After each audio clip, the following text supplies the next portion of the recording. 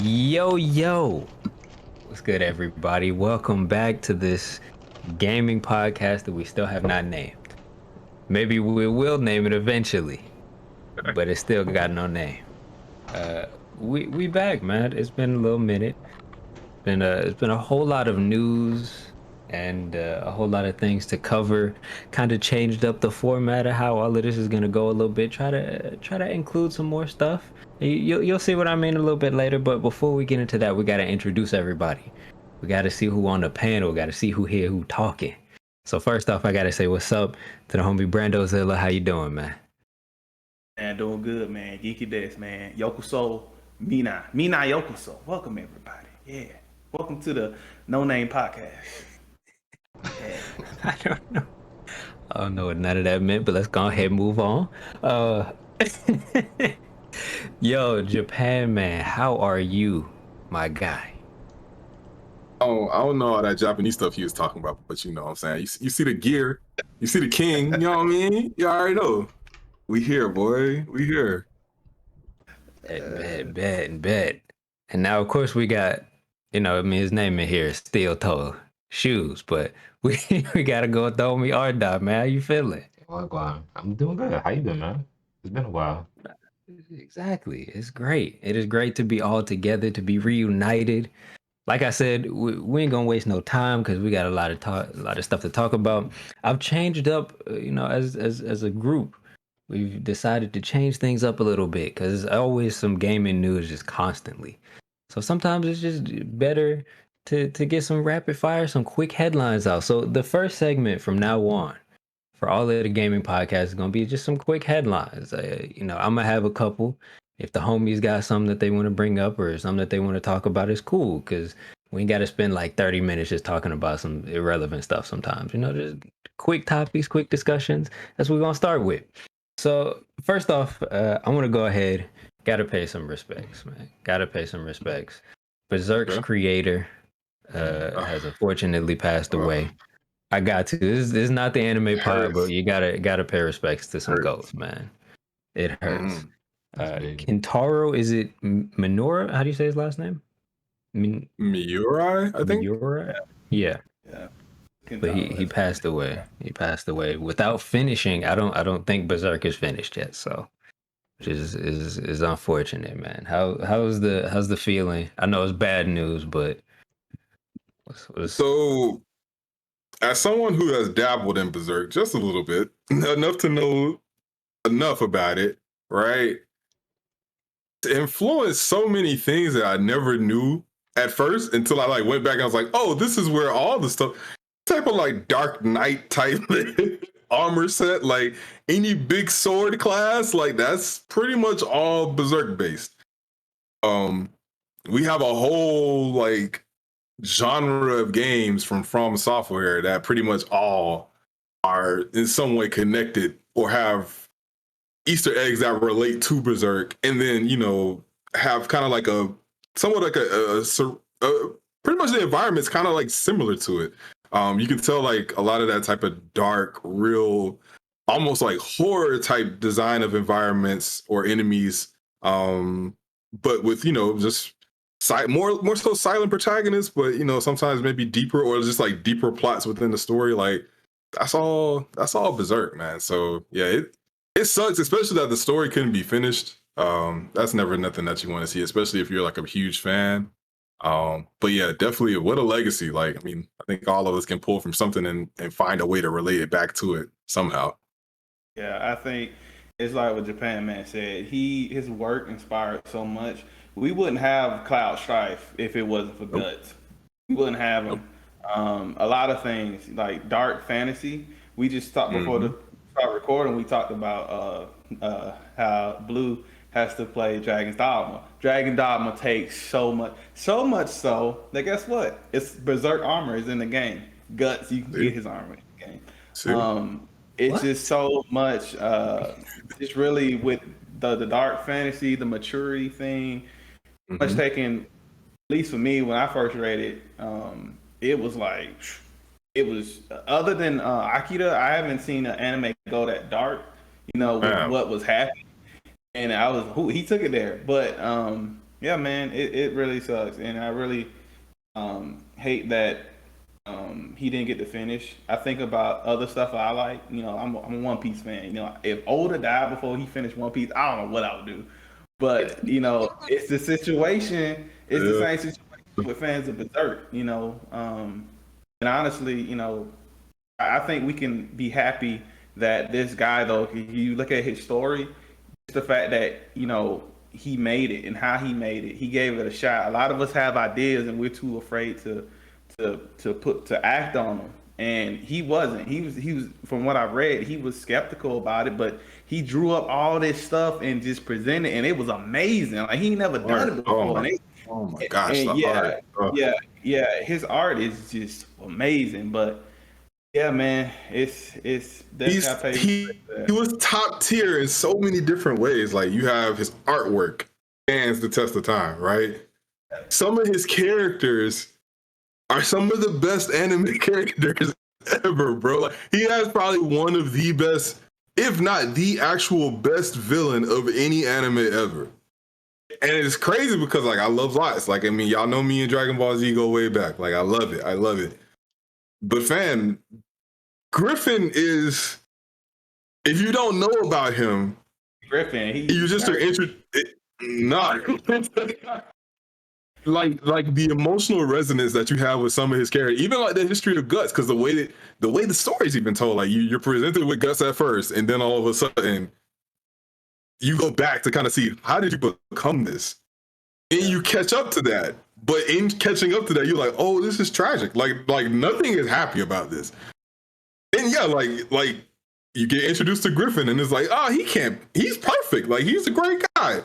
Next thing you know, like he's not a great guy. So I mean, just even in that, like people don't even have to go through they don't have to catch up to the manga to appreciate Berserk, like at all. Like I wasn't like following it every time a new chapter dropped, but like just going back and reading like the first 100 chapters or something, you will be enthralled at like how deep it goes, how well it's just crafted and made. And I mean, yeah, again, like you can see it influenced not only just anime and manga again to video games. It's here. It's super present, and almost all of the more popular styles of games, I would say, when it comes to like anything that deals with like fantasy, kind of like how Brando's brought up. Yeah, man. I know for me, it's definitely I'm kind of in the same boat. I haven't read all of Berserk, but I do know quite a bit about the story. And I feel like Berserk was one of those manga and less so anime because I mean it had a little bit of a good anime, but of course we know most of the newer Yeah, stuff is the 90s trash. one, but yeah. Mm-hmm. Yeah, but it has probably some of the best characterization I've ever like known about or read about. Like all of the major characters from Guts to Griffith to Koshka, like all of them are fleshed out and make sense as characters and as people. And you understand how they would get from point A to point B, like where they are in their lives. And even to the point where they kind of are in the end, the manga, where Guts is almost finding happiness again. And he's starting to get he's got a crew of people around him, he's got friends, people he cares about. You see how he's becoming a better person, a happier person, even with the armor and everything that he's got to deal with. So Mm-hmm. it's like you see how these characters evolve and how they grow, and it's phenomenal how they do it. So honestly, he's a legend. It's go. It's a Yep. go. And Yep. it's tragic that he passed away without being able to finish this work. And I feel really bad for the Berserk fans that have been waiting because that release schedule was never good. Never No. good at all. Nah. So they've been When the waiting for this. announcement came out in Final Fantasy 14, like for maybe like days, I think at least for the first like day or two for sure, a whole bunch of Dark Knights, like everyone will get into their Dark Knight job, and they Mhm. just stood around and just like posed with their swords like aimed down like this in honor of him. So it's literally like you would go through the cities and it's like just rows of people just like paying their respects, and they did that at least for like 2 or 3 days. It was crazy. Yeah, I mean, and you know what's it's painfully ironic that this happened. You know, of course, no one wanted this to happen. But to me, Sure. when I watch Berserk or something, it's like Well, Attack on Titan is a lot like it reminds me of Berserk. You'll have a happy day, but in the back of your mind is like something. It's never really happy. You know what I'm saying? Like if you watch, for example, I was watching one thing when Guts went to sleep or something. Like he ain't safe, and that's what the feeling. That series gave me. So it's like that this tragic thing has happened. It's like, man, this would happen to the creator of Berserk. You know what I'm saying? It's crazy, man. It's crazy. Right. Like, so it's like, I don't know. I definitely think Berserk is gonna go down in history as one of the. Well, it already is one of the goats. It's already goated, but yeah, for sure, it's gonna stand the test of time. For sure. Good. Well, on to some other headlines. Let's go ahead. We got to talk about it, man. VOG is back. Vault the Glass is back. It's new. They done changed it up. It's different. I have not played it myself. I want to. I plan to. It's gonna happen. But VOG is back. It's a nice little nod and stuff. The McRib is back. The McRib is back. It comes back every year. I'm sorry. I'm the Destiny hater. I'm gonna be quiet. I'm gonna let these boys have fun. You put 300 hours into the first one. It's okay. It's okay. As a fair weather Destiny fan at this point, I can't play it every day. I can't play it every week, but I'm gonna get me a Mythic class. Every time I need to run this thing, we're gonna get that Mythic class. I'll see Atheon again. One of the best guns in the game. So yeah, I'm here for it. I'm happy to see it back. As much as Brandon will say he dislikes Destiny now, I don't think he can discredit the raw emotion that he had when he first completed the Vault of Glass for the first time. What say you, sir? Was that a good night or not? Yes. Now look, Destiny can be a whole podcast. True. I'm not saying that's true. I'm not saying Destiny. Look, I keep it 100. Destiny did some good things. It did some very good things. But right now I'm not. Yeah, I'm out of it. But I've broken up with Destiny a lot, but somehow we always still find a way to get back together.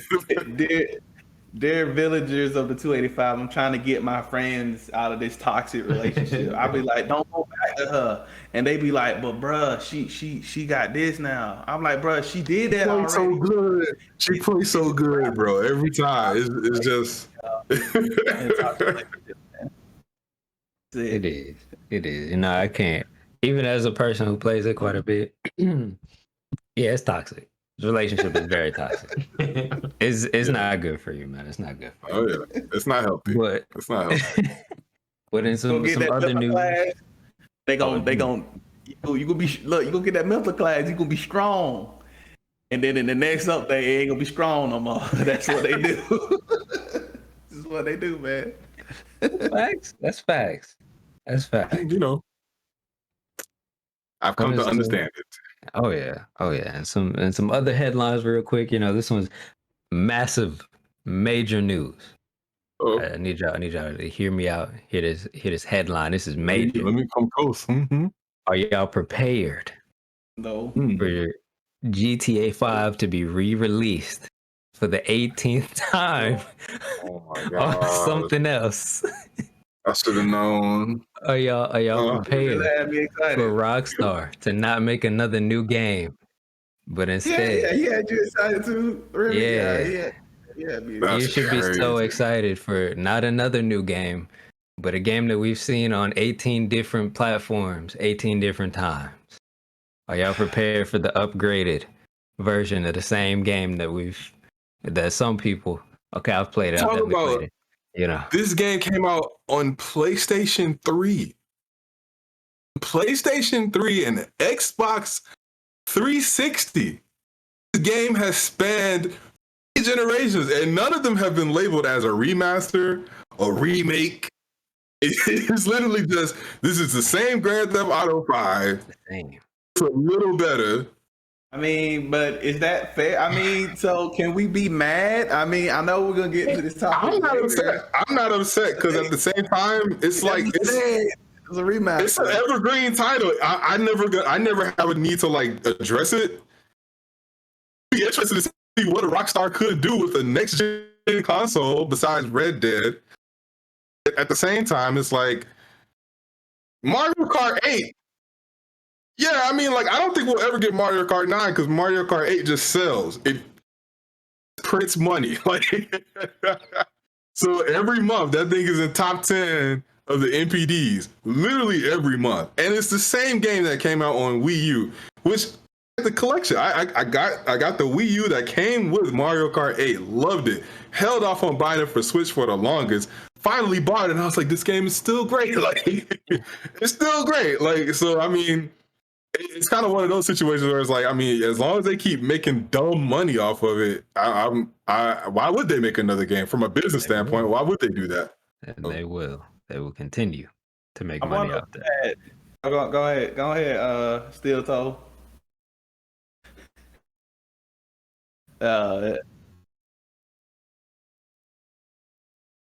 Yeah.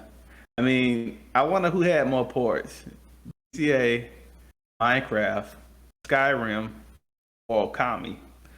Ooh, nah, it's definitely between I think Skyrim and GTA. Although you said Skyrim, GTA is on a lot. Well, GTA 5 specifically is not. It is on a lot of stuff, but Minecraft's literally like on everything. Like Minecraft, you can run on Linux. Like it's like on everything. But also Skyrim is like on everything too. Like, and it's like the Skyrim is like the worst because like at least with GTA, I think it started to look better. It looked good when it first came out. It started to look better on other consoles. Skyrim was like a game that's literally 10 years old. Like it looks as old as it is. Like it's crazy.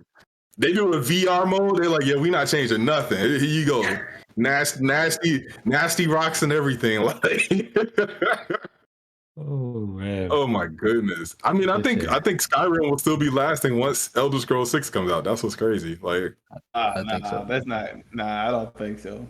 I don't think because when Skyrim came out, everybody said the same thing about what was it Morrowind? That was 3. I think that was 3. Oh yeah. I don't remember what 4 was. Was it Oblivion? Oblivion. I'm sorry, they said the same thing about Oblivion. Like, oh yeah, we're gonna keep playing. But nobody kept playing Oblivion when Skyrim came out. Everybody jumped out.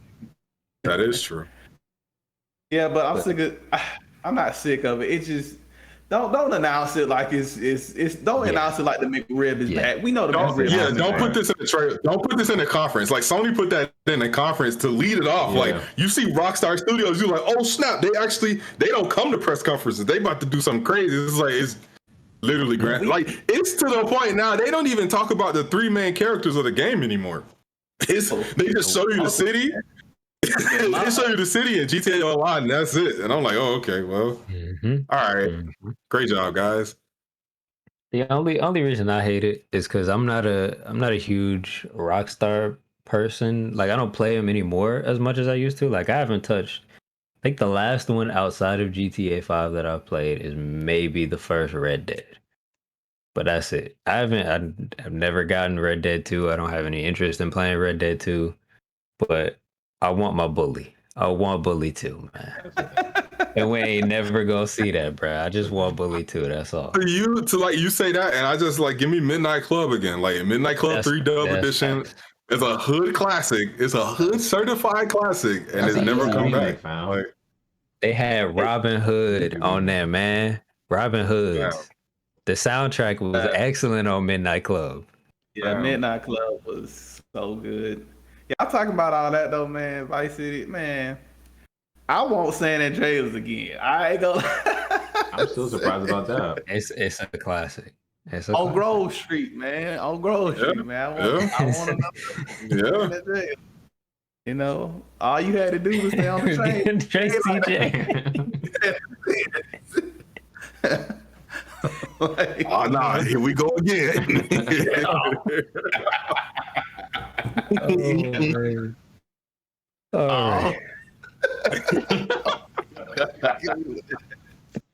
Well, in other headlines though, this was actually kind of big, and it kind of goes into the the point that we're going to talk about video game movies later on.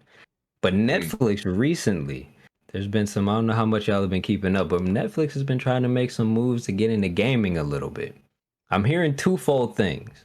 So I'm hearing one, that they could have it where they have games coming to Netflix, sort of like, I don't know if it's exactly like a GameFly thing. I think it'd be more of a streaming sort of situation where they'd stream games and they'd have some exclusivity deals. But then I'm also hearing that Netflix is trying to create their own games, which they have done. Because a couple of the Stranger Things, like little Stranger Things games, are produced by Netflix. They're associated with them.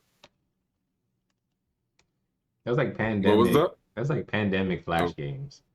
Yeah, that is true. That is true. It's early, but I'm just hearing that Netflix is trying to get into that. And I'm even hearing they're trying to make more like interactive, like almost video game-esque type of TV shows and maybe movies. Yeah. So how would y'all feel about, Netflix Brandon's getting hype about it? I want to get Brandon's opinion. No.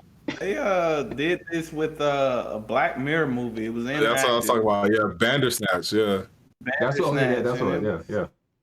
It was lame. I gotta be honest. It was lame, man. Like, and it's coming from a person that read Goosebumps back when the Scholastic Fair came through. Goosebumps do that better than they did. I don't know, but choose your own adventures. I mean, if that's the level of interactivity that they want to put forward, like if that's the amount of effort, then nah, they could keep that. Because we got Telltale. And granted, Telltale has unfortunately gone through some changes themselves, but like Telltale is they solidified.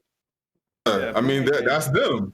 So I mean, at the end of the day, like I just don't feel like we need another. Like, what is it going to be Netflix IP? Like they're just going to water down Stranger Things even more. I feel like So I'm just not sure what they would do in that space and. Just be such a big drastic change from like, oh, here's the regular realm of video game companies, and then all of a sudden a Netflix produced video game. Is like, why would you need to do that? If they had a Netflix exclusive, and this would be a big dub. If they had a Netflix exclusive of the You Don't Know Jack, I feel like they'll have a winner. And they started revolving stuff around that. They have something. So whether it's local or is multiplayer, that's on them to see how crazy they'll go. You know what? That's not a bad idea. That's not a bad idea. I can see that. Like, I mean, like Jackbox games through Netflix with other people. That would be cool. That would be interesting. Not bad. So, like the OG, that was the VHS TV game from Blockbuster back in the day. So like, that's the only thing. So that's like still in the lane of like I'm giving you a streaming service. I'm giving you movies. I'm giving you still stuff in that lane. But they are to just go ahead. They stream the whole Jackbox though. That's weird. That's like I don't know. It seems like a force, and I don't see how they can. Realistically, convenient just going to Jackbox though. But why don't they just? I don't know. How about they just make better movies? How about that? Like, how about they start with what they're supposed to be good at? Yeah, they movies lacking. They movies lacking. Like bad, man. Like, and they show The stream wars have begun, bro. Yeah. The stream wars have begun. They've been fighting. That war been going. It's funny because like and they was winning. They had a winning streak. Yeah, it was them. It was always them. They still are. They as far as like mind share, they had it up until HBO Max and Disney Plus. Like you just said Netflix. I'm gonna watch that on Netflix. Like this is what you would say. And now it's like, now you got Disney Plus, you got HBO Max, you got Paramount Plus. Like you got competition now to an extent, Peacock, especially like when The Office got pulled. Yeah, Peacock. That was like the last thing, man. Yeah, but as far as Netflix gaming, nah, keep that. I don't want that. Just because I know you ain't in it. You ain't in it for the games. You in it for this. You ain't. I'm not. You ain't no game producer. Like it's like Amazon with their studios. Like I just feel like that's the same thing that will happen. Like you gonna cancel like 5 different things before they even see the light of day. One thing that you work on for like 3 years, and then it finally comes out and it's trash. So we just like, what was the point? Why would you waste all this money? Like it literally is a cash grab. That's what it sounds like just on the surface like that. Because I mean, none of their reactions to their choose your own adventure stuff I think was like highly positive. Like, yeah, I played through Bandersnatch. That was when it first came out. Then that was one night, and I've never gone back to that.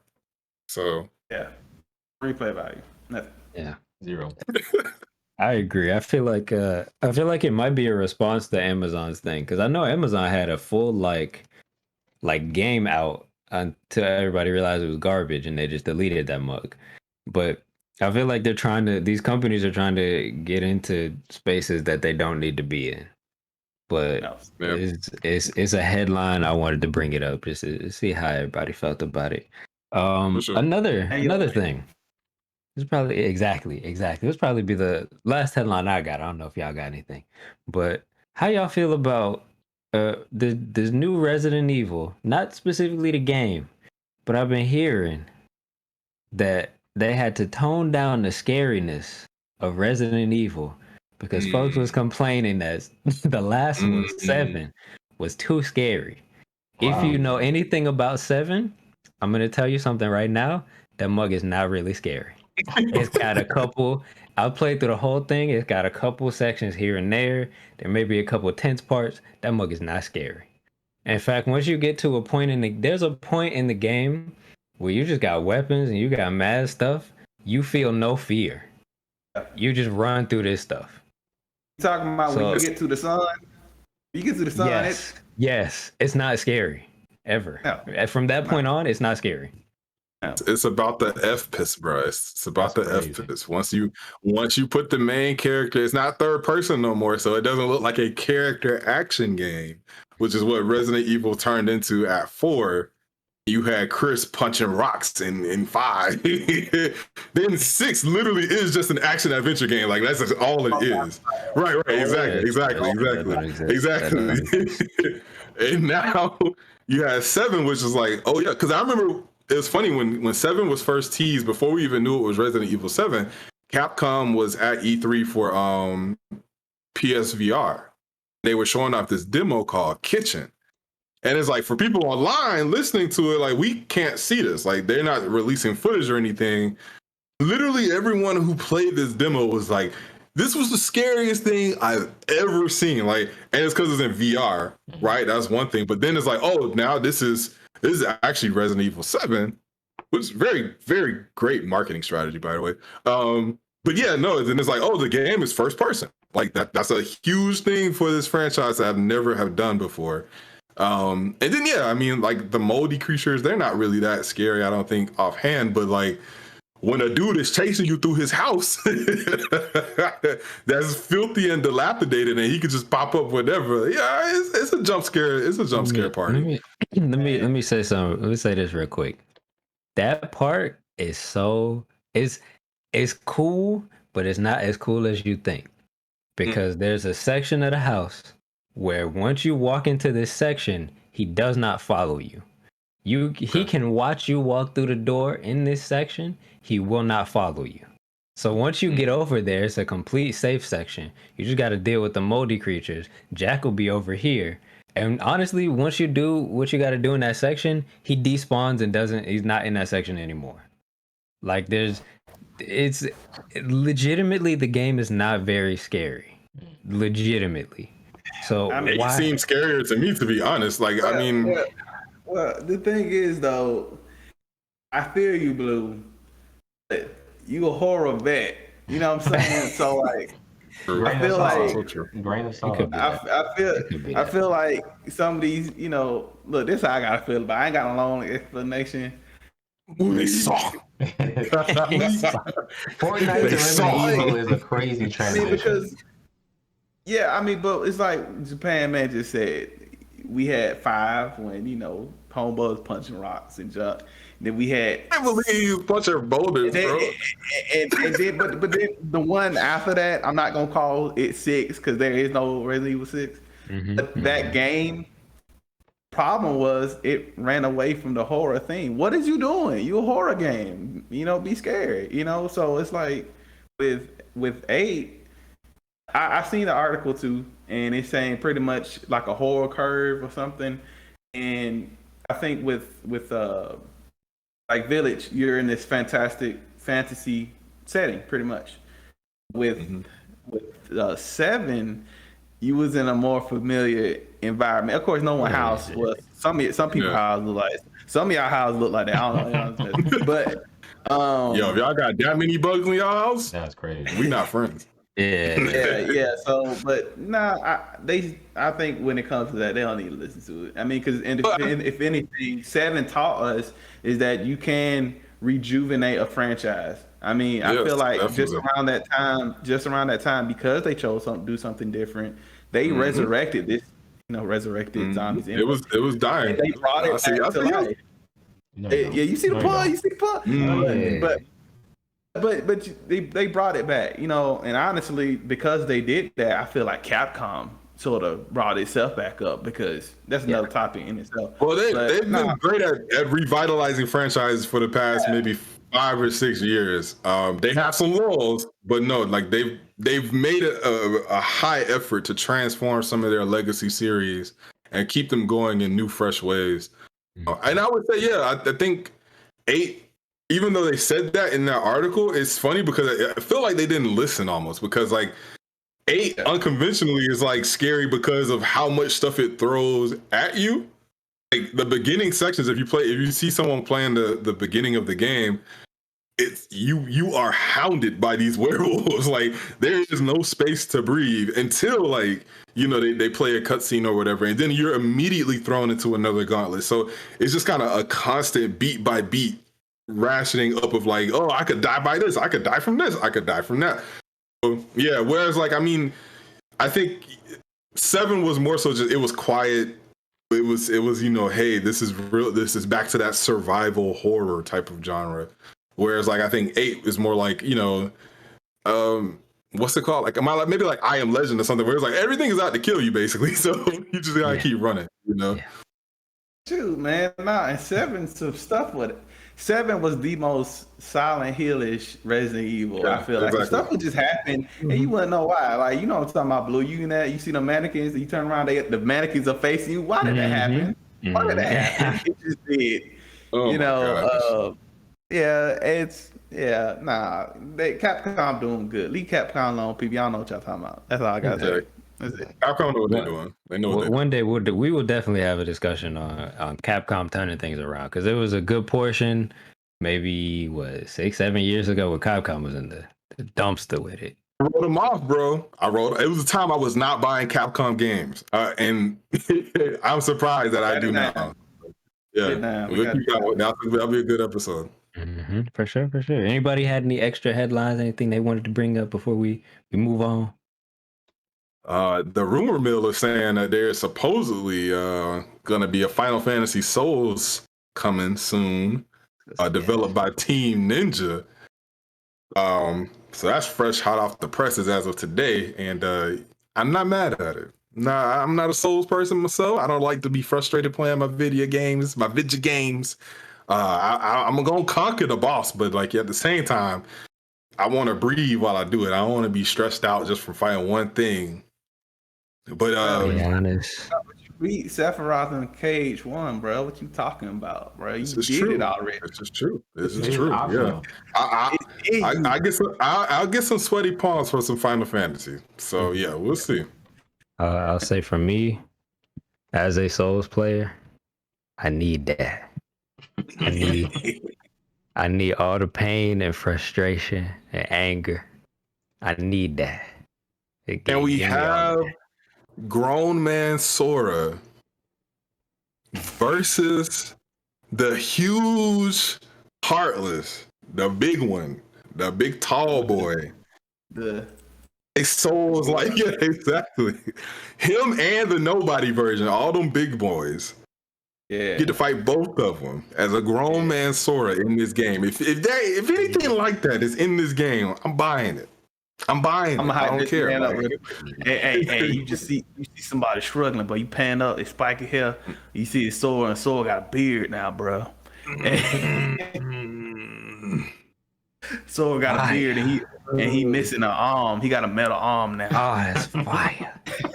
Oh, that's how they put the Star Wars into it. That's how they get the Star Wars in there. Yeah. But then you look down, you like, oh, he got a shield in his hand. Oh, that Goofy shield. Goofy dead. He didn't make it because Donald never healed. Goofy got screwed and shagged. Yeah, He healed nobody. Donald never healed nobody. Goofy in cage, she be like, hell. Yeah, Donald didn't do nothing. That's it. I know it's that's so perfect. Yeah, it was.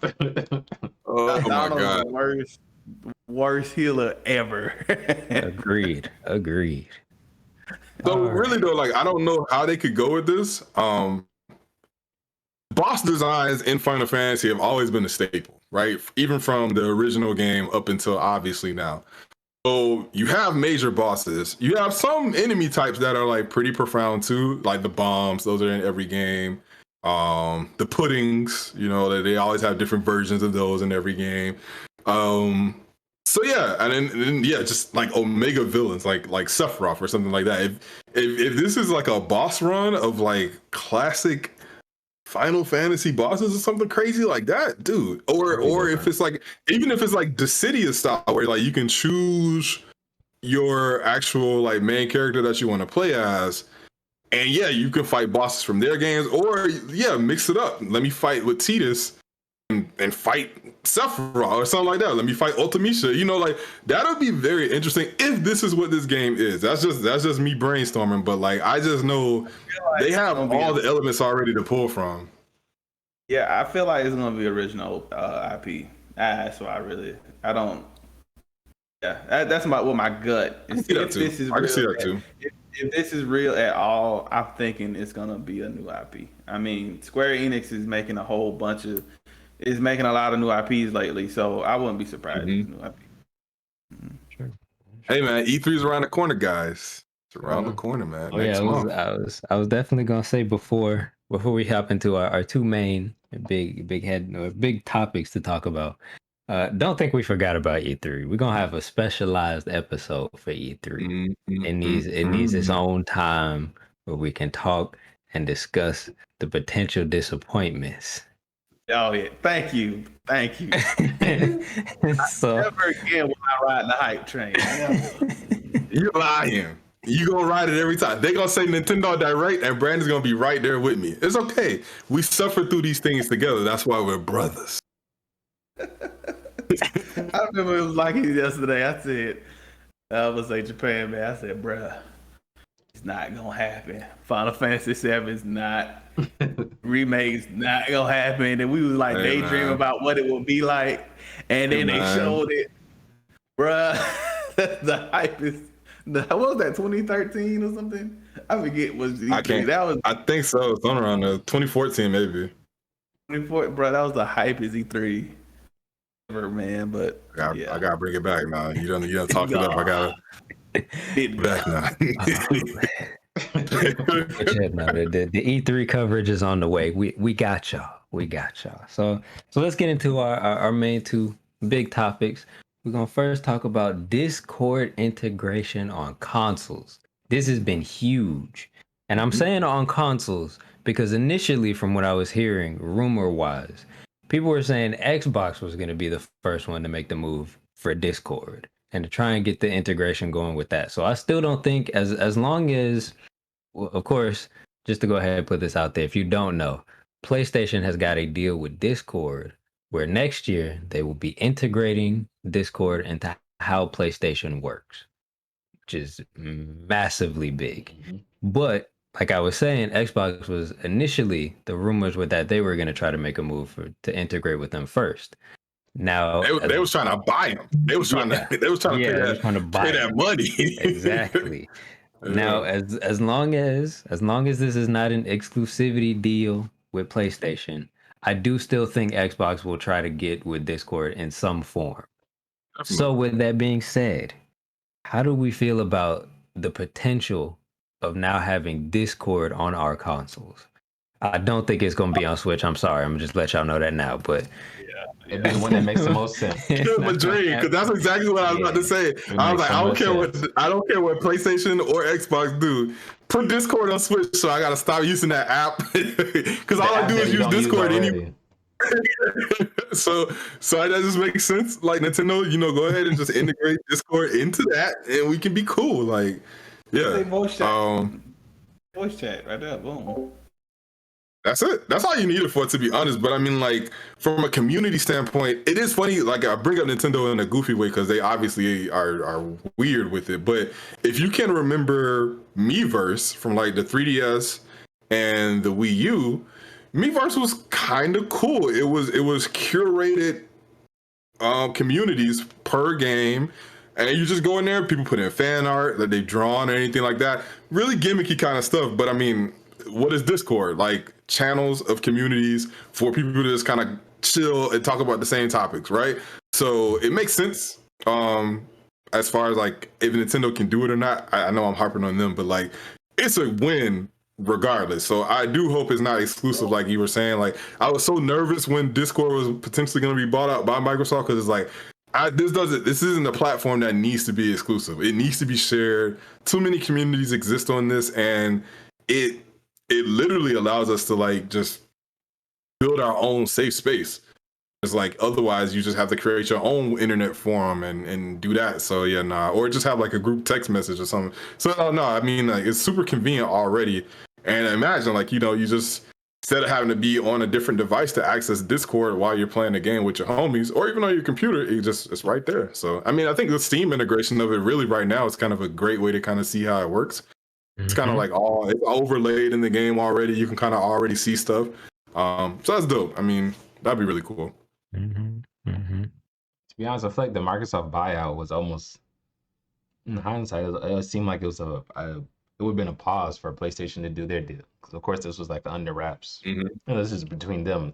So Sony didn't have to like preview or to leak out any details on it. It was like, hey, we got this, and they just boom, they hit us all with it.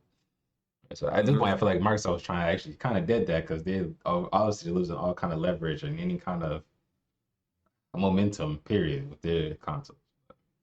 Now it should be dope. Not that I live and die on my PlayStation anyway, but I think most of my complaints with a lot of the consoles or a lot of the things was just how clunky communication is with like most of the systems, and so. Hopefully, if they are able to implement Discord or even like replace some of the stuff currently with Discord, that just still make it be a game changer. That makes it still just a way more open possibilities for everybody. So dope.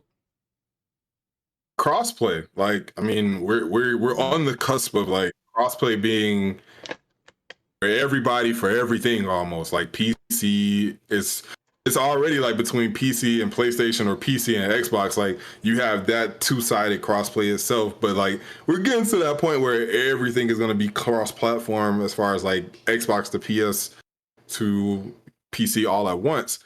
So why create some proprietary thing for your system that may not integrate with someone else's well or anything like that, versus just using Discord where people have their list of friends who they want to play with anyway, right? They're usually always going to be in that same Discord channel with them.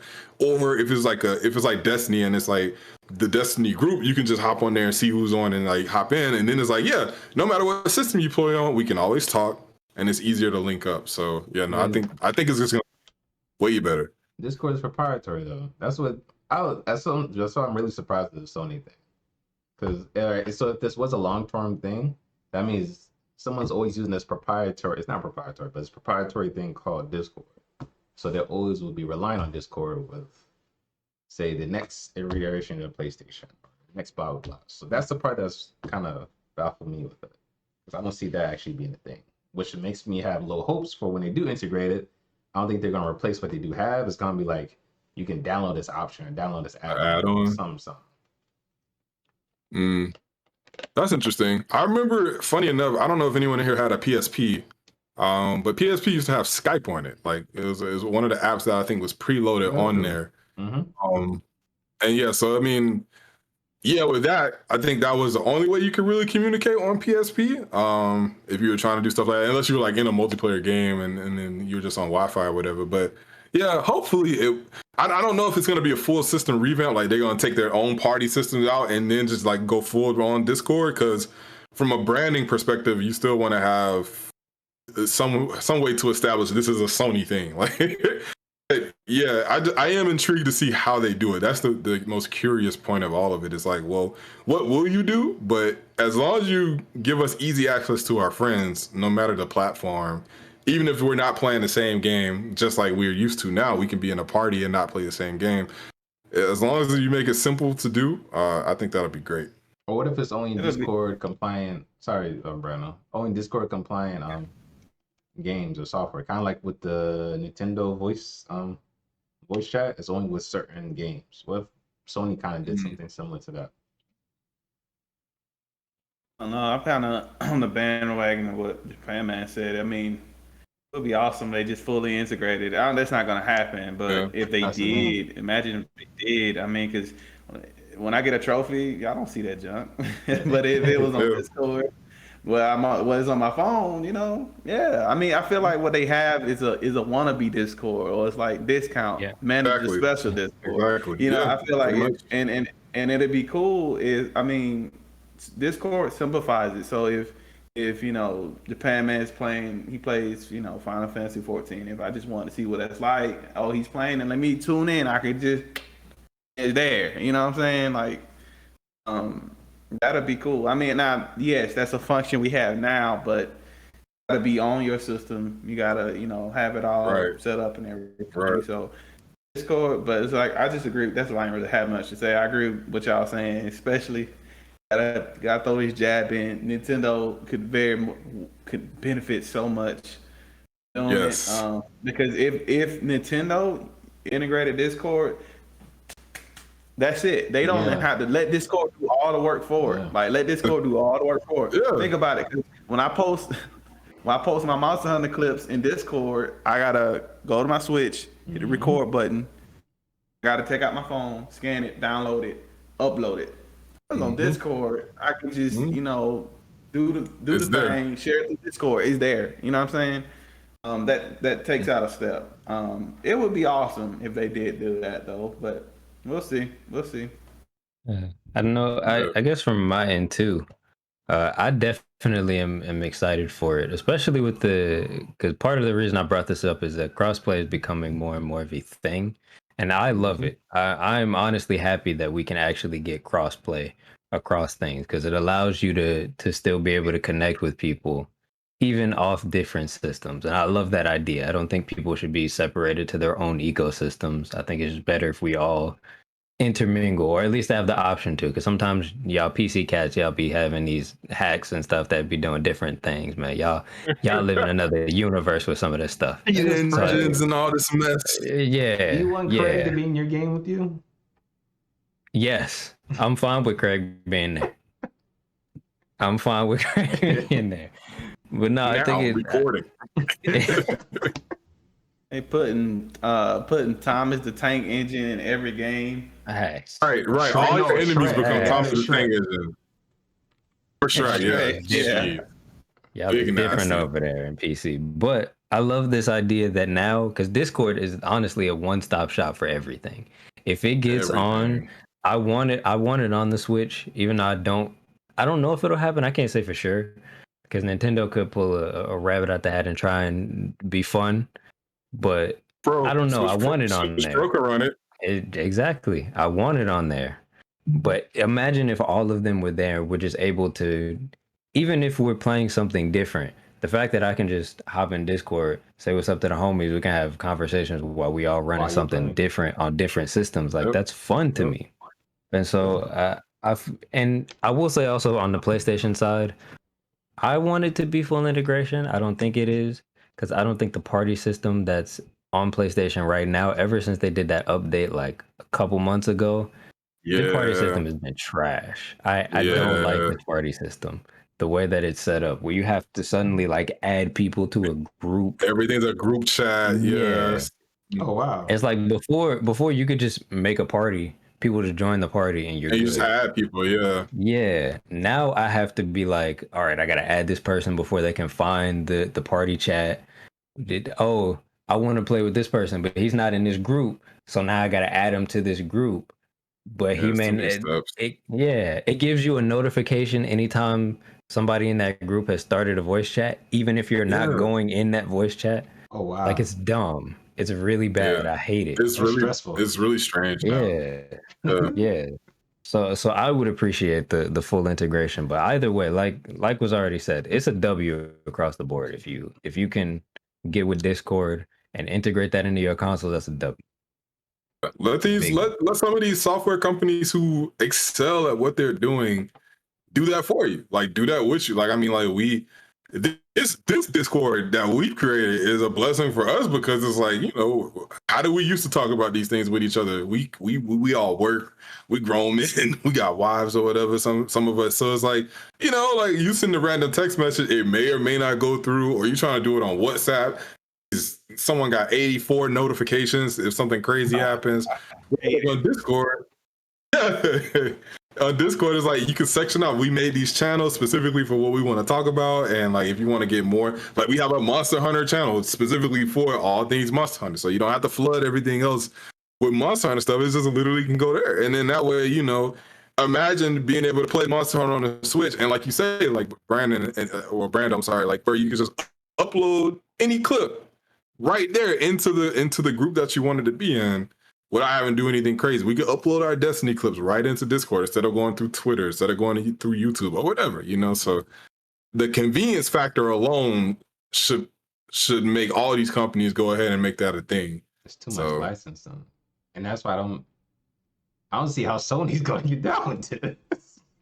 Like it was going to be a But if they make it happen and it's good, everybody else got to play ball because they're the market leader at that. So like at the end of the day, it's like, why would you not? If this is what the market leader is doing, you should probably, you know, go ahead and do that too. Sony act like nobody else exists. That's the weird part. All right, so but I want to get back. Does anyone else have any more comments? Because my next thing is going to be a little more not ranty, but it's off topic. This is because it makes keep wanting to mention the Switch Pro. But they keep so with some of the stuff that they dropped the word Pro with. They dropped some of the devices they like to throw the word Pro on with. It's like pro streamer, whatever. And it's like professional streamery stuff. Wait, so what is the Switch Pro was something that's supposed to be for the more professional gamer, aka it's just something that's more not handheld, more set top. So it's no portable, and like I said, that's where they give you the random camera, blah blah blah. The Discord 4K functionality, the random. Am I playing Breath of the Wild in 4K? It's a very non-family, a very non-Nintendo-y thing to an extent, somewhat, but how would y'all feel? It ain't happening, bro. It ain't happening, and the reason why you're making Pro isn't happening. You're making too much sense. Exactly. No, I'm talking about these non-believers. No, not with Pro. I'm talking about. Oh, okay. He's pitching with Pro. Like to me, Pro is gonna be a slightly beefier Switch, but what he's saying, it sounds too good. Nintendo. The evidence is there. You think it's gonna build? It's gonna have a built-in Pro controller? What do you think? No, I'm talking about. Hold on. I'm trying to make sure I understood what you said. You saying like the Switch Pro could be something made for, you know, the more serious gamer, the streamer.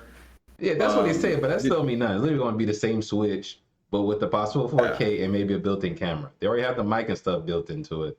It might have a built-in camera. Built-in camera? Maybe. What's the camera for? The Discord, the stream, or anything like that. Oh. You gonna have an iToy? The camera itself, that would be a Nintendo gimmick. That is a thing, but like they big on privacy as far as I know. We still gotta use friend codes. Like, but even if it's not just the camera, a newfangled version of friend it's codes. just the fake for the extreme game. What does extreme gamer mean? Real gamer mean? But anything like that goes in that. So even if it's just it's the beefier processor, you know, you can still play Mario Kart and you can do Discord. That's literally that'll be like the two things. So that's true. Like it's not gonna be a new console in the sense that it's not a new. It's got to do the same thing that everything the regular Switch can do without limiting people who play regular Switch, right? Because the regular Switch is still going to sell, just like Switch Lite still sells. the same thing has been something that they've been doing for forever. There's been a Game Boy, then there's a Super Game Boy, then there's a Game Boy Light or Game Boy Color, and the Game Boy Color is like, okay, now we're gonna cut off the folks who just got the OG Game Boy, but you can still play those Game Boy games, right? But then like you have multiple versions of Game Boy or like, you know, Game Boy Advance or whatever. It kind of just, that's been their MO. The only time that really changed was, I guess, Wii to Wii U. I mean, everyone assumed that Wii U was just going to be like a step in the middle when really it's like, no, this is a new console. It just had a terrible name.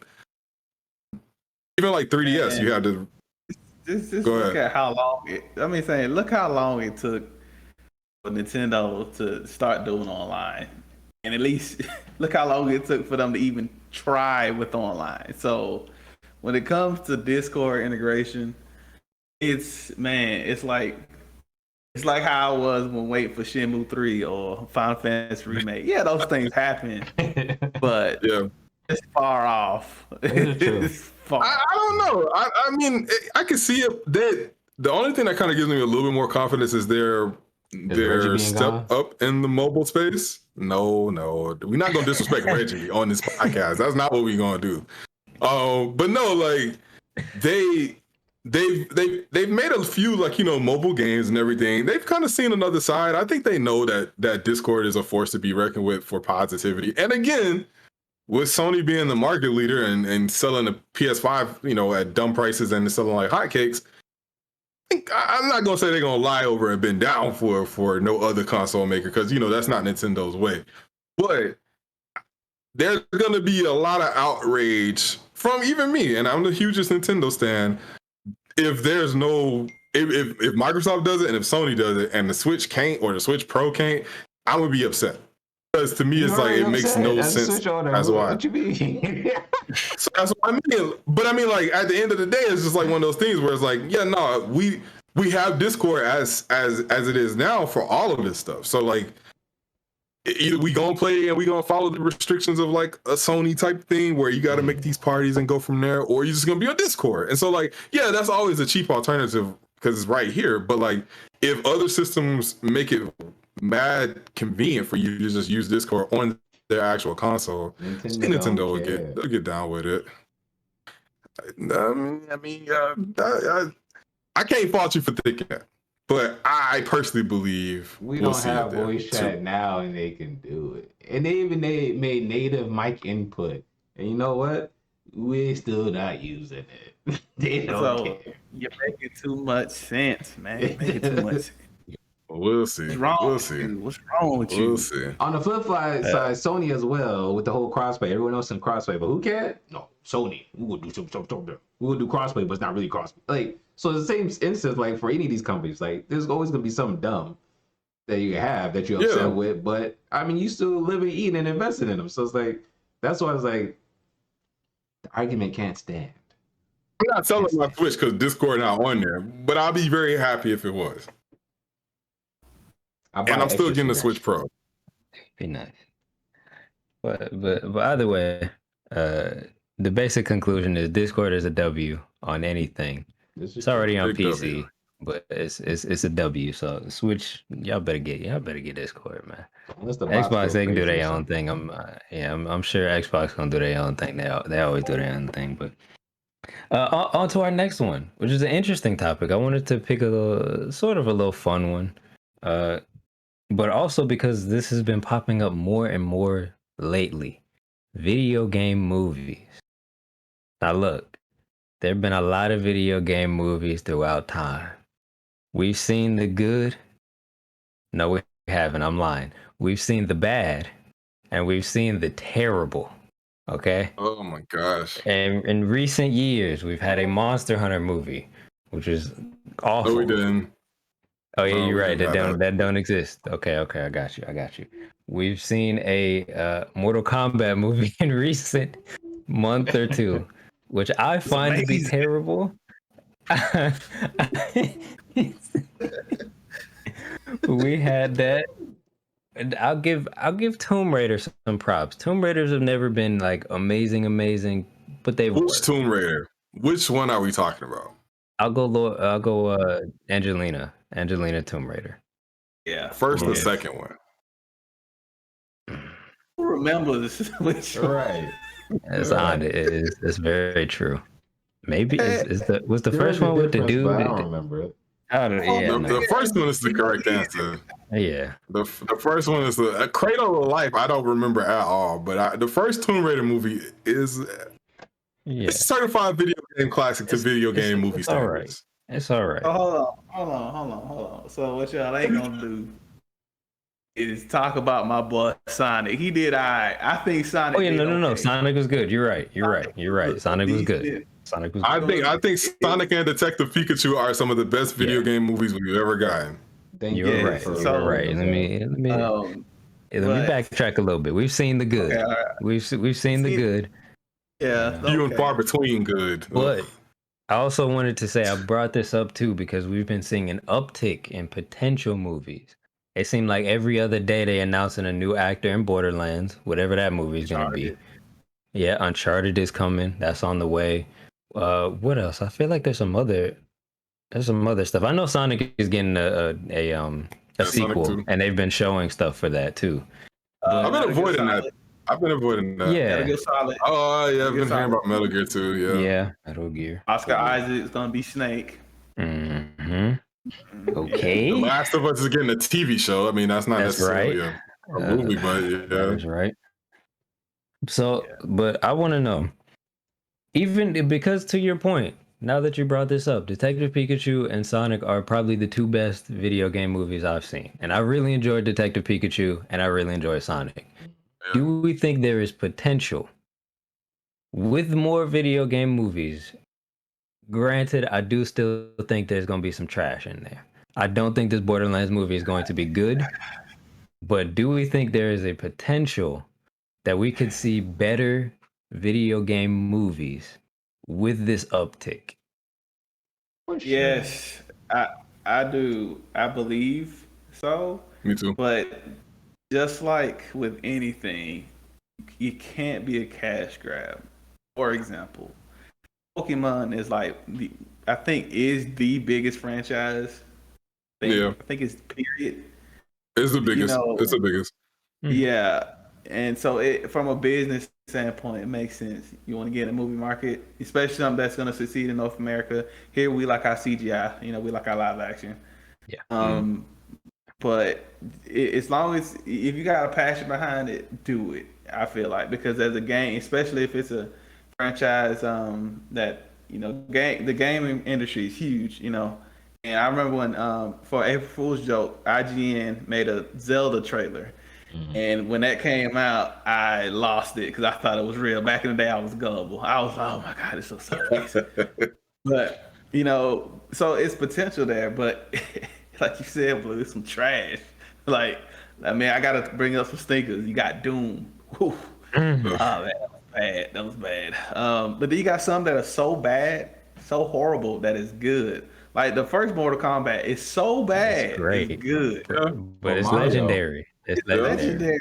It's legendary. Mario is legendary for all the wrong reasons, bro. That's a whole nother discussion. That is literally the epitome of why so many. You have such a. It's enough. He has a brother. That movie has a brother, Japan man, and that one is Super Mario Brothers. So bad, it's good. Super Mario Brothers. It's so bad.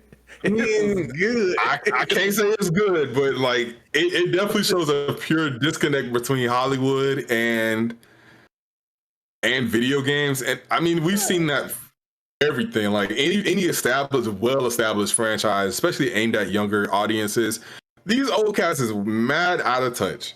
So they've always been like, ooh, let's just make the characters, put them in the movie, and we'll come up with our own story. And it's like 99% of the time, you can take one of the video game stories, even if they're cheesy, and have a better movie. Once they start, trying to come in and just make their own stuff up, is when it goes bad. Really bad. But I mean, I feel like now that those movie makers, those old cats, like you say, are growing people up from our generation are becoming movie makers. So they will understand it, that, okay, if we're going to do this, we got to have this. Like, for example, in the Sonic movie, you can tell that they knew I mean, honestly, let's take the Sonic movie. They cared enough because that first concept was trash. It was dark, Oh, and Oh yeah, they see that listened was to the the thing. fans. Sonic Yeah. almost didn't make this Yeah. list, bro. Like if Sonic looked like that, I wouldn't have seen that movie. Yeah. Uh, Agreed. no, no, but you can tell, or the Pokemon movie. You know, you can tell people actually like Pokemon that made it. You know, they Yeah. didn't just slap. Well, I think Pokemon Company had a lot of hands on with that movie. I can't say Sega had a lot to do with the Sonic movie as far as like being involved, but you know Pokemon Company was involved with Detective They were Pikachu. hands on, For sure. hands on. Yeah, and so I feel like people care more. So it just depends, right? So even like Uncharted, I'm nervous about Uncharted because you can easily do Uncharted very badly, but Uncharted has such a charm to it in those games because all it does is play off Indiana Jones tropes, right? We are very familiar with this concept, but there's a certain thing like Drake is Drake, right? And so it's like you get a young actor to be Drake.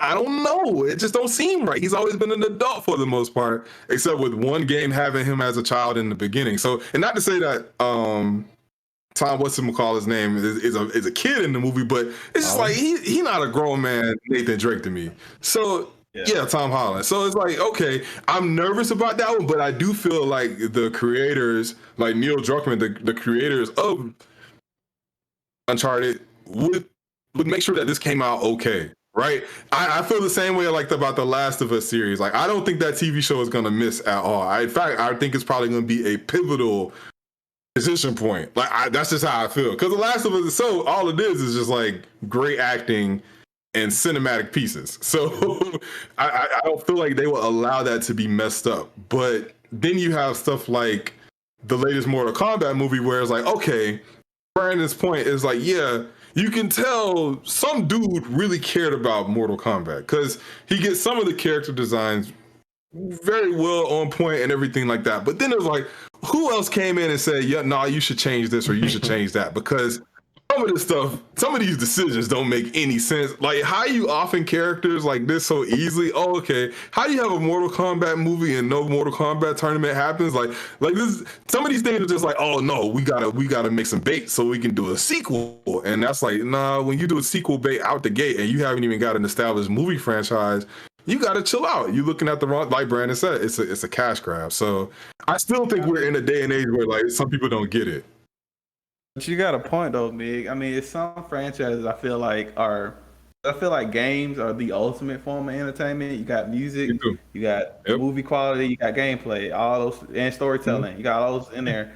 So some stuff I feel like don't need a movie. Uncharted is a movie. Uncharted is a movie to me. You know what I'm saying? Or Last of Us. This is true. Last of Us. The first one is better than a lot of actual movies. You know, so I feel like. What do you now? If you want to do a spinoff, like if the Last of Us series is not about Joel, Ellie, whatever. Mm-hmm. Maybe I can like the Firefly, it could be about the Fireflies or something like that. Yeah, like Fireflies. Okay, because then you're doing something cool. You're expanding the universe. But exactly. If you're like Uncharted, I'm not looking forward to that at all. Like at all. But yeah, man, it could be good. It can be bad. But sometimes like this new. What a comment. They did stuff for the fans, even if it was mad cheesy. I appreciate it. This dude said, flawless victory. I was like, he actually said it. Like, like stuff like that is like, yeah, I feel filthy when they do something like that. I'll be honest, watching the MK movie, I didn't even have a problem with that. I didn't have a problem when Kano said like fatality or it was like Kano wins or something. I didn't mind that. I just don't like how we took a story, and this is the second question that I have. So, if you want to say anything else, I'll let you say it now, because I do have a second follow-up to this. Anybody else? Go ahead. All right, but I'll put it to you like this. NetherRealm is probably is the best studio making fighting game stories. NetherRealm is hands down the best making fighting game stories. They've been phenomenal. The MK stories since I don't know exactly when, but I know the last MK and maybe the one before that both had excellent stories. Both Injustice games have excellent stories. Why did the MK movie? Why was that story not good and generic when you have can tell you NetherRealm right there. I can tell you why. They Right. needed it. Needed it, bro. They needed it to appeal to the general audience, and the main defining evidence of that is the main guy, Cole. the kid Cole. What's that? Was his name? Cole. He's because in that movie he is the audience watching the movie who's not familiar with MK. He doesn't know what's going on. He doesn't his character, and that's who he represents. That movie could have happened without him. If you took his character out, the movie would have been better. But they want to do the Marvel thing, appeal to superpower is literally plot armor, bro. Like It's the Black Panther suit. It's the Black Panther suit. Nah, don't disrespect Black Panther suit like that, man. It's a worse. It's a worse. You're right. It's a worse Black Panther suit.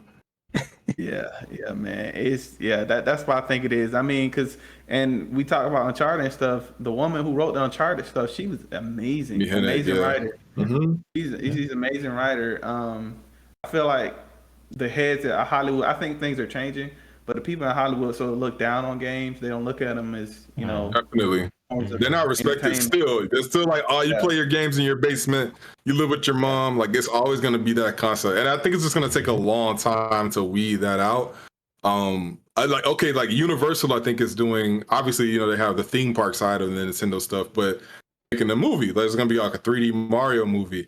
And it's like, I'm very intrigued to see how that goes as well from an animated standpoint, because Nintendo is heavy into this one. So it's like, this basically is going to be them coming in and saying, we want this, don't ever do that. Like they are not going to let the 80s version of Super Mario happen ever again. And so that being the case, it's like, all right, if we do have this space where game companies are kind of hand in hand with like the film developers, then yeah, it makes sense. Even like Sony, like when it comes to like Spider-Man and stuff, I do feel like owning that IP, from the Marvel side of things for the films, and then Insomniac coming in to do the games, it's kind of like the reverse of that, like where you have a really, really good Spider-Man game and story within that game that you haven't really seen done in the movies. And now, granted, there have been good Spider-Man movies, but like alternatively, like to Brando's to those points, like, yeah, the medium that makes Spider-Man really live and breathe is his game so far. Even with Batman, same thing. Like, some of the best stories we've seen with Batman have been from the Arkham games. So yeah, it's still a big disconnect at this point. I really hope that we are going on a train. I just feel like, yes, we can have those better movies. We just have to see more and more of them. I even give credit to like the Prince of Persia movie. I liked that movie the one time I saw it because it did okay. It wasn't perfect by any means, but like, it shows certain elements of the games, but yeah, it wasn't the best of the best. I think we still are in this funny land where like folks don't take us seriously in that regard, and that's just not going to be a thing. So I don't know, but like stuff like Scott Pilgrim can be like super successful. We love Scott Pilgrim. So yeah. But I feel like the person that hits it is gonna they're gonna be rich. Because I feel like I feel the same way about once somebody figures out live action anime, they're gonna be rich. I feel like definitely if you can just hit it right, and I guess they're pioneering that, but it's just with video games movies, it's so bad. It's been so bad for so long. All these Resident Evil movies, oh man, and they're Final Fantasy, the spirits within almost killed the company. Like, ugh. Exactly. You know what? Hold on. Exactly. I totally forgot about the spirit with. Oh man! Exactly. Just to switch up from that, my side question, part of why I brought up what I brought up was that there are a lot of video game companies, like we mentioned, that are making incredible stories, artistic stories, incredible. Like if they were put out in movies, these would be like Oscar-worthy type of stories. Excellent stuff. How would y'all feel? Here's my big question, because I've always felt this about the DC franchise, the extended universe. I've always felt like there's no reason The DC movies should be so bad when you have animated movies that are legitimately the best thing ever. They don't miss. How would y'all feel if more studios and companies, say NetherRealm, decided to branch off? It's still NetherRealm, but they have a team or a section that branches off and does work on actual live action movies. Or if these different gaming companies put people who make the games, who have a true passion for these games, and you put them on the movie scene. How would y'all feel about that type of thing happening with video game movies? That's a good question. It can happen, and I think it's probably gonna happen. And the reason why I say that, because even with video games, a while ago we didn't know who voice actors were. Like Troy, is it Troy Baker? I think. Baker. Troy Baker. Troy Baker. Nolan North. Nolan North. Yep. These different. Mark Hamill. I mean, he kind of fits everything, but yeah. Yes. Same. But I mean, it's like they becoming stars in their own right, outside of movies. So I feel like it's gonna get to that point, and literally all you got to do is take the writers. You know what I'm saying? Because a director directs. You know what I'm saying? He directs the scene, how it's gonna. If you have a good script, I feel like a competent director can do it. Yeah. But yeah, that's it. That's all I'm saying. The thing about it is, you need more proven studios that release games with good stories. That's how you first start this whole thing. Because like, even again, Naughty Dog has had the reason why that we're even getting an HBO produced Last of Us show, the same studio that does Game of Thrones, which is, crazy money, crazy budget going into that. The same reason Last of Us is even being discussed is because what games have we had that led up to this? Well, after they did Jack and Daxter, and they decided, we're going to do Uncharted 1. And then, Uncharted 1 is kind of lackluster in comparison to the amazingness that is Uncharted 2. Uncharted 3's story took a hit, but still was presented very well. And then you have The Last of Us. And it's like, oh, I'm emotional. Like, that's the first time I felt things like playing a video game, and I wasn't just a kid, like thinking like as an adult. Like, the first 10 minutes of The Last of Us shook me. Like, I can play that at any point in time, and it's like that. I think that'll stop people in the room with you because of how realistic that feels from its presentation. Just because the actors are really, like, the mocap, all that, like, it's professional. And so, like, they have a storied history now at this point of showing that they can make well-produced entertainment.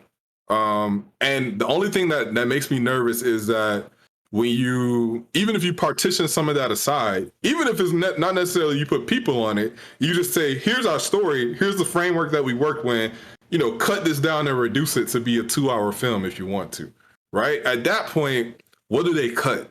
Because when you play the game, it's like you feel everything, right? So the gameplay even makes you somewhat in tune to more things than just like watching characters talk to each other or fighting something, because you're a part of it. So it is going to be a delicate balance of like, well, if you do have a truly amazing story, how do you condense that into 2 hours? It's like Uncharted is, 12, 15, 18 hours, right? Before you get to the credits.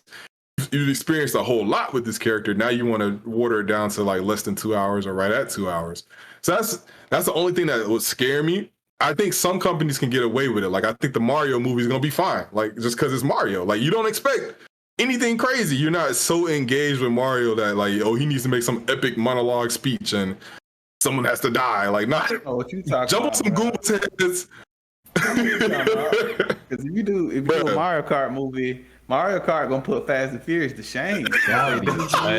That's a fact. What they do. That's gonna make Mad Max like a joke. That's a fact. It's true. The end boss is Rainbow Road, like. But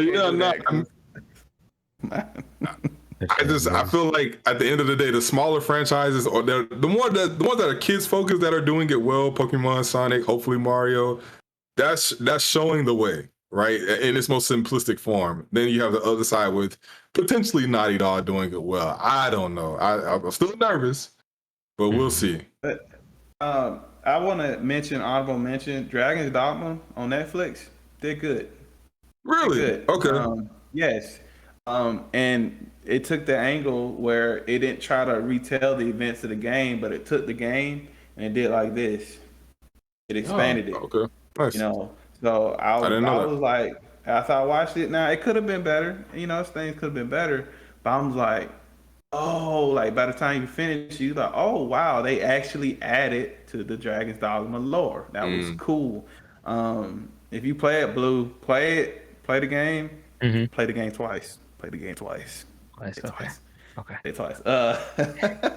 And watch it, and you'll see what I'm talking about. But Okay. yeah, so there's some sleepers in there. I think some things will, like Japan Man was saying, some things work, some things I don't think can work. Like Mm-hmm. Uncharted, I'm not sure because the big pull of Uncharted is you playing the action Doing all the hero. science, yeah. Hmm. So when you take that and you make a movie out of it, that's just like anything we can watch right now.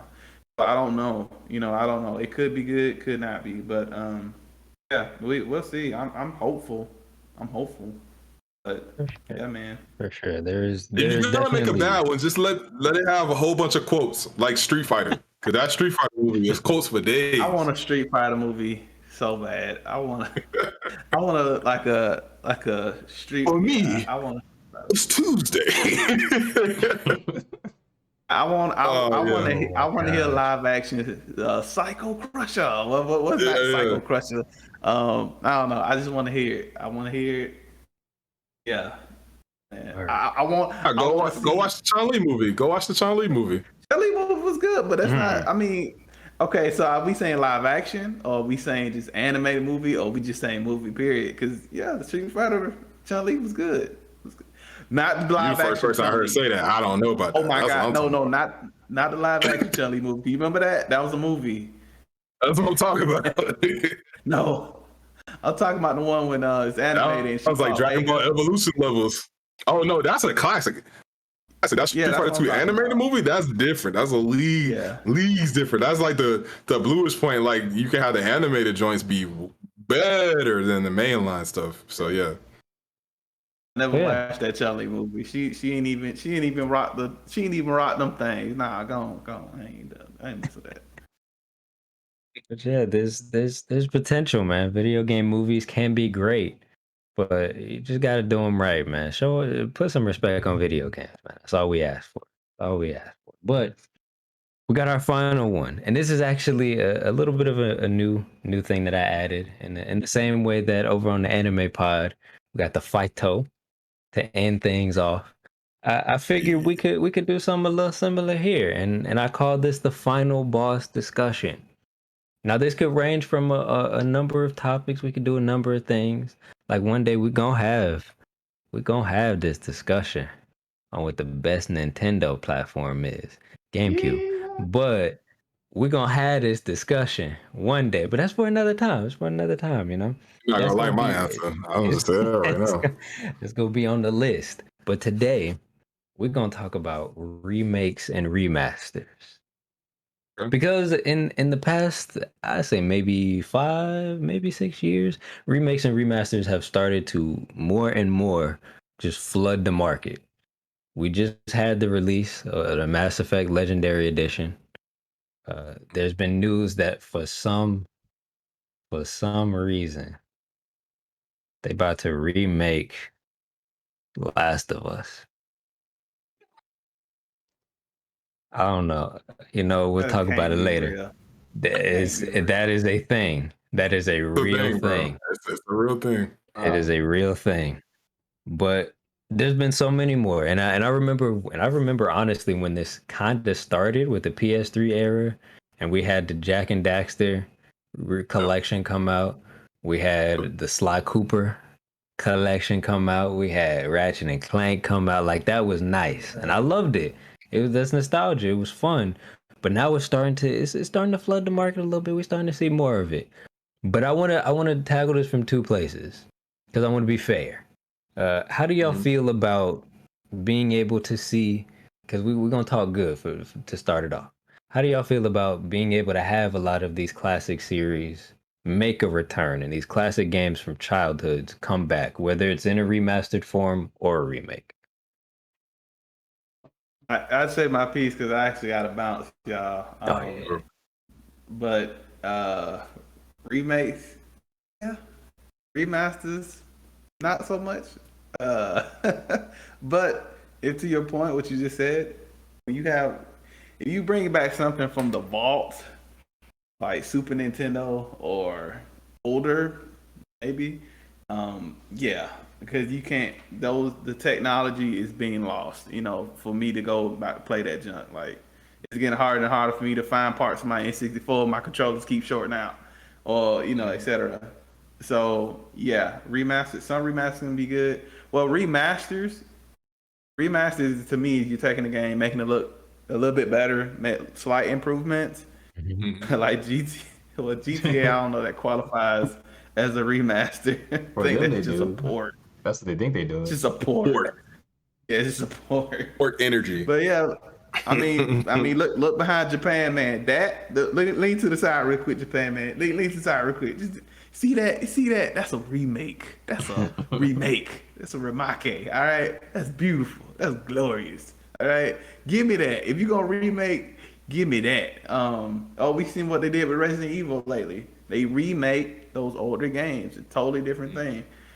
Remakes can be good. I know our fellow ninja Song K is called any remaster trash, but vehemently against it. But I assume he loves this remake. I don't know, but does he not like Final Fantasy VII?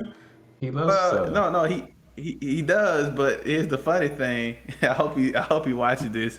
Like he don't like stuff when things repeat and do the same thing over, but he loves Returnal. Anyway, we gonna talk about that later. But that's funny. Yeah, man. So I'm down with remakes, definitely down remakes. Masters, if it's something old, if it's from a gen before, nah, man. Yeah, it's been good, y'all. I gotta hop off, man. Y'all be good. Gotcha. All right, man. We'll hold it down. Brando. Be safe. All right. All right. Next then. When it comes to remasters, I feel like they have a place. Remakes have a place as well. I feel like a lot of people, at least a lot of video game companies, have used it as a cash grab. Are definitely very overconfident in their legacies. Like stuff like Darksiders, stuff like Saints Row, like these things were very popular in certain gens within the last 3 gens, I would say. And I mean, to me, they may not have appealed to me as much. I don't know how much they sold, but when I see like a Saints Row thing coming back around, to me, it's like, seems kind of gimmicky to me, right? Like, it doesn't seem necessary. Whereas like the 7 remake in and of itself is just like, we never thought that was going to really happen. And then it happening like felt like something. But even like Blue Point Studios, right? They've done Demon Souls, they've done Shadow of the Colossus, and on PS3 they did Ico. And it's like, you've put in work into these remasters, what you call a remaster, but really it's pretty much a remake of the game. Like you're not using PS2 assets anymore. So to those, they feel a little bit more deserved to me. You can see there's more of a production value put into it, and it gives new life to that IP in some ways. Then to my other side of the thinking is just that, as far as like, okay, a PS2 game, right? I don't necessarily need a PS2 game to have all the best quality of life changes and newest graphics and everything like that for me to. My computer just froze. Y'all hear me? Am I good? Yeah, you hear? Yeah, Okay. You're back now. You can... Sorry. So yeah, I was saying, like a PS2 game, I don't need it to have the best graphics anymore. Like I don't need it to play the best. It doesn't have, those games were janky back then. That's just the era that they come from. So I would much prefer just having access to be able to play them as they were than you spend a whole budget and a half to remake the game or remaster the game. Now, depending upon what it was, right? Like like when they did the Ratchet remake, it's cool. Ratchet's had a ton of games, so them doing that, it's just interesting that they would do that. But like, I wasn't asking for it. Like how I would ask for certain other games. Like Nintendo kind of they tread a fine line as well, where they won't like remake the game completely sometimes. Or sometimes they will. Like they'll do Link's Awakening, and it's like, oh, pretty much same game, new coat of paint. Cool, you know, like a few quality of life updates. I'm good with that. And to me, it's like, okay, I'll buy that. I see they put effort into that. Same thing with like the Legacy Collection for Mario. It's like, oh, you give me 3 games, they're all certified classics. Cool, I'll replay those, even if they don't look okay, Unreal Engine tech demo type stuff. I still get down with this. But then you have some, like I said, who they'll just like, especially when that PS3 era was happening, where they were like, oh, Metal Gear Solid collection, Ratchet and Clank collection, Jack and Daxter collection, and they still got bugs. Like now it's like these games never had these type of issues, and now you've presented these bad issues into them. Like that's trash. That's not what we're looking for. I would much prefer just having a way that we can just play old games, right? Like video games are such a young medium when it comes to like movies, TV shows, music, books. Like those art forms have some type of way of preservation, and I don't think any games company has really like done that. Microsoft is the one that's the best at it right now because of how they're pushing for backwards compatibility. They're also the youngest out of the big 3 when it comes to games. Whereas like Nintendo and Sony, I mean, some of those assets for those video games are gone completely. So it's like, oh man, we may not ever have a way to play these again. So from a preservation standpoint, keep the original. Let me just be able to play that. So even with Nintendo, I do applaud them for like the NES and the Super Nintendo stuff on the Switch, because you know it gives people access to stuff that they may not ever touch. PlayStation kind of did it with the PS2 stuff a little bit with the PS2 games for PS4. But yeah, I just feel like there should just be a balance. Like we don't need every game to be remade that came out in the 90s or the early 2000s. We don't need that. Some of them really deserve it, especially if you're going to put effort into it, aka Square Enix. Like if you're going to put mega money into your franchise like that and redo something, or at least, you know, add to the story in a meaningful way, great, you're right. But if you don't feel like your game is going to be mass production level, like gonna sell hotcakes just because they did it like that, just port it over and then call it a day. Like that's it. And the first company that comes up with a really good way for us to play our old games, like those old type of friends, even if it's like a subscription based thing, I would prefer not. But like if it was something where we can just play our old PS1, PS2 games, that'd be awesome, because that's all we want, really. Like, yeah, nostalgia filters are kind of what they are. We go back and play some of those old games and they suck, but for the minutes that we do kind of get back into it, it's like, okay, cool, you know. But like it is a thing that can be bad, and I think I understand that from Songcase's perspective. Like it's like, you could be making a new IP, but new IP is risky. Like it's if you have something that's certified and that's already had attention and got a fan base, I don't mind you running with it, but still make some new stuff too. But yeah, just balance it out. Yeah, I agree. Thinking back, while you're talking, it made me think back to like, I guess some of the companies kind of got lost in the sauce for the most part. Or I guess even when some of the remixes stuff did start getting messy around PS3. Yeah, I remember PS2 had a nasty large catalog. And so they, of course, I guess let me backtrack. They even had I don't know who started, but they had, all right, the game dropped brand new for 40 or 50, whatever price was back then. But by the end of the year, or whatever time has passed, now it's at their greatest hits. It's the $20 joint.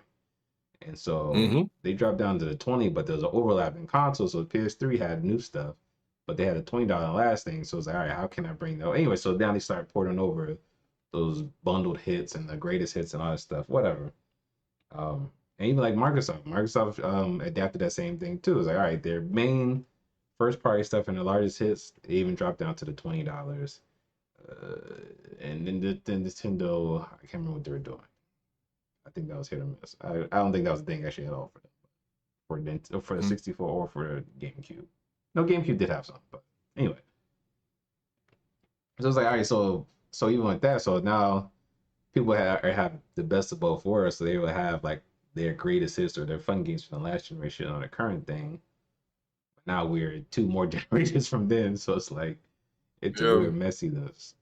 It's a weird thing. So of course, just like anybody, like if the game is great, then it's great. Of course, let's make it so we can have it. And if it's whack, Yeah. don't force another whack game on me. AKA, yeah, remake it. If it's something good, you can port it, or of course it'd be icing on the cake if you can remaster it, so it's even better. And so it's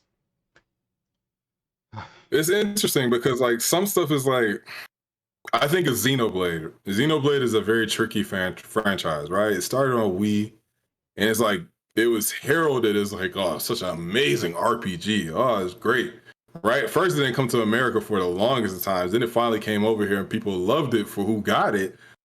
And then it went out of print because they didn't make so many copies of it, so it became super expensive to find. They did a reprint, so like years down the road, you could still get it for Wii, but then Wii was on its way out, and it's like, all right, well, all right, cool. Then it's like, oh well, we'll just do it on 3DS. It's a little bit more powerful. It still look okay. It's clunky, but it is what it is. So you have that as an option. Then it's like, okay, Wii U, we not gonna do Wii U. They were doing Xenoblade Chronicles X on Wii U, right? That took forever to come out. But then it was like, no, that original one, that's what people loved. We're gonna do that one again. And they finally brought it back out on Switch, and it's like, oh, okay, now you have success with it, and you do a second one. Like that makes sense, right?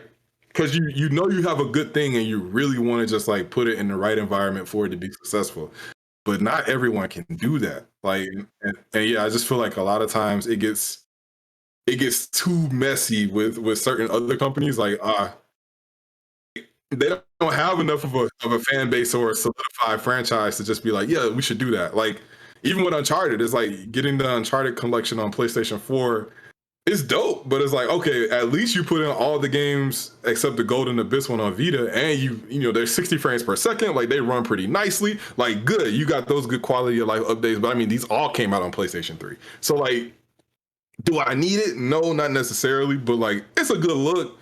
But yeah, like I said, I would much prefer just at this point in time, for future forward purposes, just give us access in a way that we can just go ahead and keep doing that instead of it being like, oh, are they going to remake this now, or are they going to do this now? Because then it's like that one-on-one piecemeal stuff. It's like, why?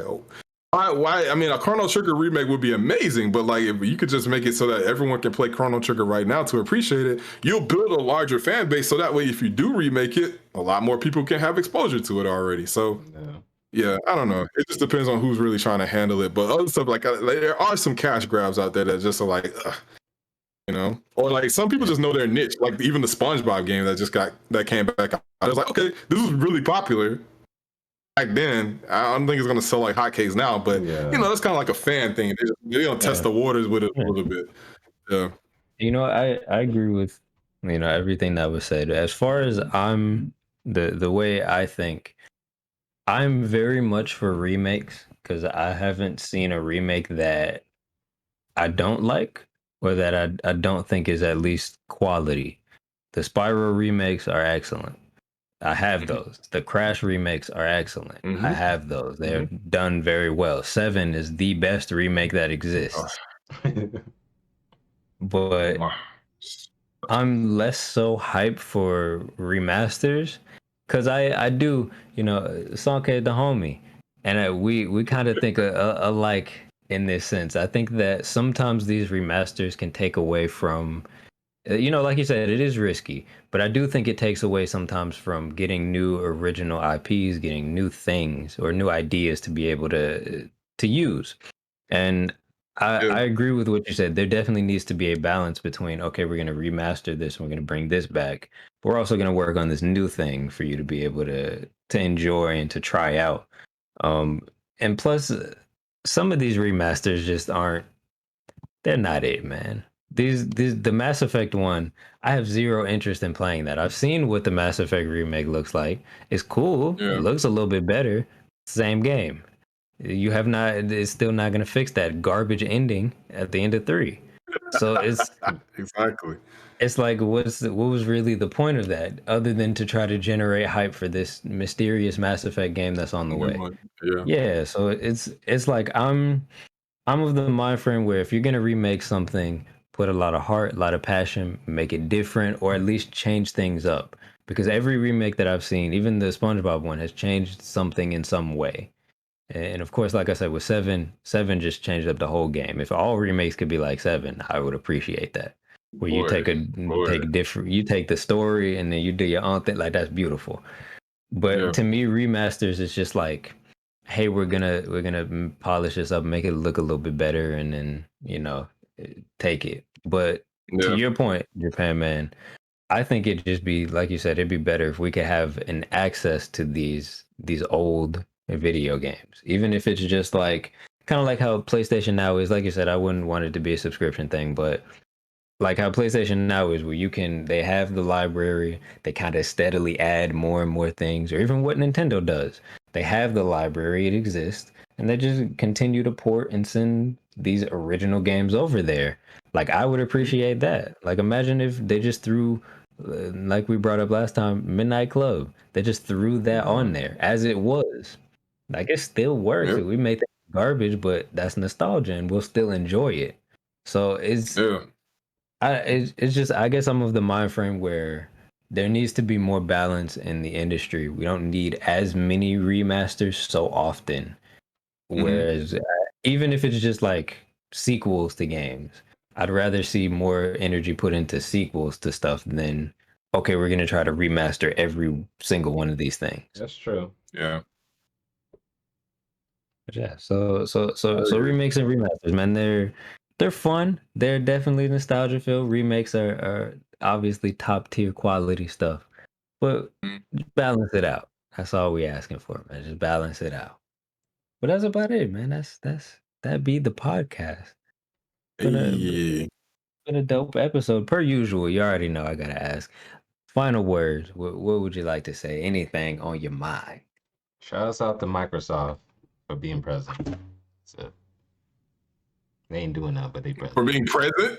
They present. For just being here. Nah, put the big cinder block right there in your kitchen. That's you. Um, E3 approaches, bro. Yeah. It's happening. The Hype Fest shall begin very shortly here. Summer Game Fest is coming through. We'll be here. Um, I'm excited. I think last year we all understood with COVID things were gonna be different. But now with the world being able to adjust as best as it can, within respects to everything, I'm really hoping that we get some of that energy back, and hopefully people are coming with that type of mindset. Like, yeah, nah, we gotta make our fans feel like we've been really working to get something different going off. So I'm hype. I'm hype already before it even happens. It might be the worst year yet, but initially, I am hype. Do we still have a Smash Brothers character reveal coming soon? Not coming soon, but There's one more, ain't isn't there there? more slots in Yeah. Fighters I Pass 2? believe Yeah, I it's think it's one I more. soon. think there's Yeah, I believe there's yeah. one more. Another one. So I mean, we got rumors of more Final Fantasy on the way. I'm not mad. I'm not mad. I feel like I'm gonna eat this year.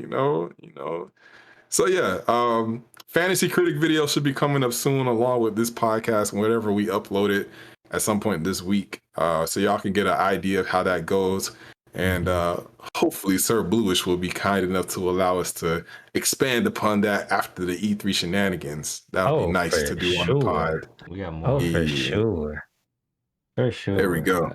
I There guess we my go. my my But yeah, last man, words is I enjoyed this one. my bad, my bad, my bad. No, I was saying I enjoyed this one. Episode 4. It's in the For books. sure. It's in the books. My last word would be, uh, even with the mixed reviews, I will definitely be trying out Biomutant. I'm hearing multiple things, but I'm gonna try it out, formulate my own opinion, all of that, and then Support it. also all y'all wimps that's been getting on Returnal, cause y'all ain't good at video games. I got a message for you, for all them people who want saves in the middle of your game, for all them people who want an easy mode, for all y'all, I got a little message, man. Let me get closer to the mic, man. Get good. You better get real good. Toxic back. That's all I Toxic is bike. That's all I had to say, man. But that's episode 4. It's in the books. We do appreciate y'all for being here, for watching, for supporting. It's always welcomed. It's always loved. We appreciate y'all. But we out, man. We out.